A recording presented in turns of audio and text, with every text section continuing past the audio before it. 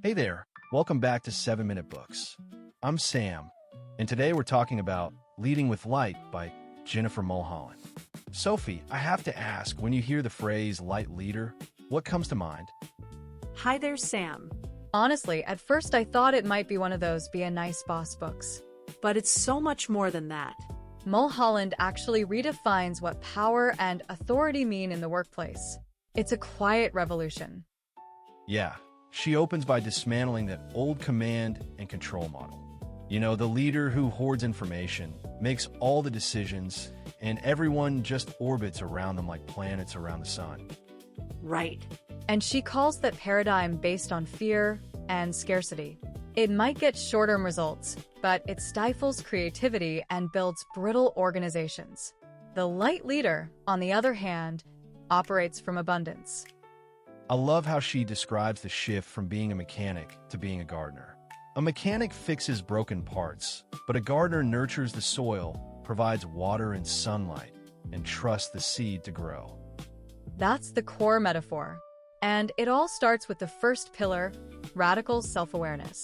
Before you can illuminate others, you have to understand your own internal landscape. Yeah, she really pushes leaders to excavate their own shadows, the fears, insecurities, unhealed wounds that drive behavior. If you haven't processed your own fear of failure, you're going to micromanage your team into paralysis. Exactly. She says the most critical relationship a leader has is with themselves. When you're internally grounded, you show up with a steady, non-reactive presence that creates psychological safety.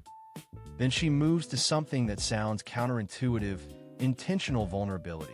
In a culture that equates vulnerability with weakness, she reframes it as a profound strength. Yes, but she's careful to distinguish between dumping and sharing. Dumping is unprocessed emotion that burdens others. Sharing is a conscious, calibrated act of connection, like admitting you don't know something or apologizing when you mess up. When a leader models that kind of openness, it gives the team permission to be human.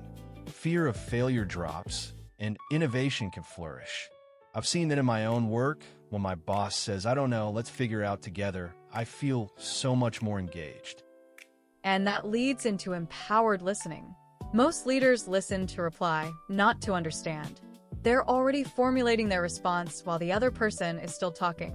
Mulholland says that's listening through a filter of ego. Empowered listening is a full-body, present-moment experience. You're listening to the words, the emotions, the body language, and even the silence.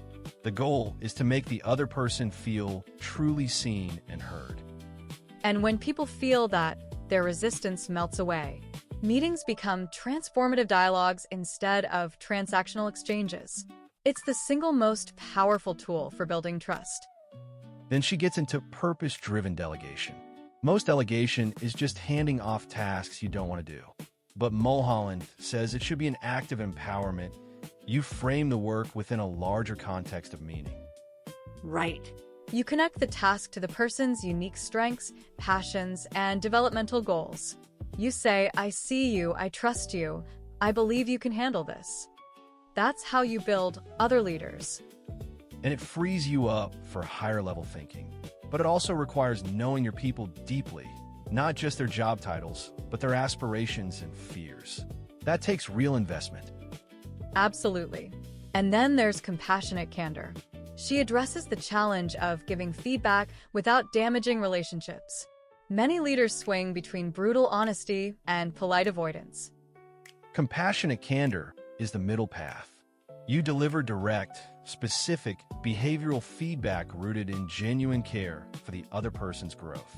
Instead of saying you're disorganized, you say in the last 2 meetings, the agenda wasn't shared beforehand. Let's find a system that works. That separates the person from the problem. And she argues that avoiding difficult conversations is actually the unkindest thing you can do. It robs people of the opportunity to grow. Then she expands the view to legacy leadership. She asks, what do you want to be remembered for? A light leader focuses on the ripple effects, the people they develop, the culture they cultivate. That long-term perspective changes daily decisions. You might take a slower path to a short-term goal if it means building trust and mentoring the next generation. Your success is measured by the success of others. It's a shift from personal achievement to collective elevation. And she says that brings a sense of peace. When you're serving others, the frantic pursuit of personal glory loses its grip. But she also warns against the nice trap. Light leadership isn't about being passive or conflict-averse. It requires immense strength, clear boundaries, and the willingness to make hard decisions for the good of the whole. Yeah, I really appreciated that she doesn't sugarcoat it. Being a light leader is hard work, but the payoff is a culture of trust, empowerment, and purpose that's a sustainable competitive advantage. And in the final chapters, she expands the principles beyond work to parenting, friendships, and community. The core idea is that we're all leaders in some capacity, influencing the people around us. The choice is whether we'll be a source of heat that burns and exhausts, or a source of light that warms and illuminates. That really stuck with me. For me, the biggest takeaway is that the greatest gift a leader can give isn't their direction, it's their light. The book is a call to do the inner work first, then shine outward. If you want to go deeper into this or any other book, the whole library is on the 7-Minute Books app at 7minutebooks.com/app. It's over 6,000 fiction and non-fiction titles you can read or listen to in any language, starting at $2.99 a month, $9.99 a year, or $19.99 for lifetime access. So whether you're leading a team or just leading your own life, remember, true power is about helping others find their own light. We'll see you in the next one.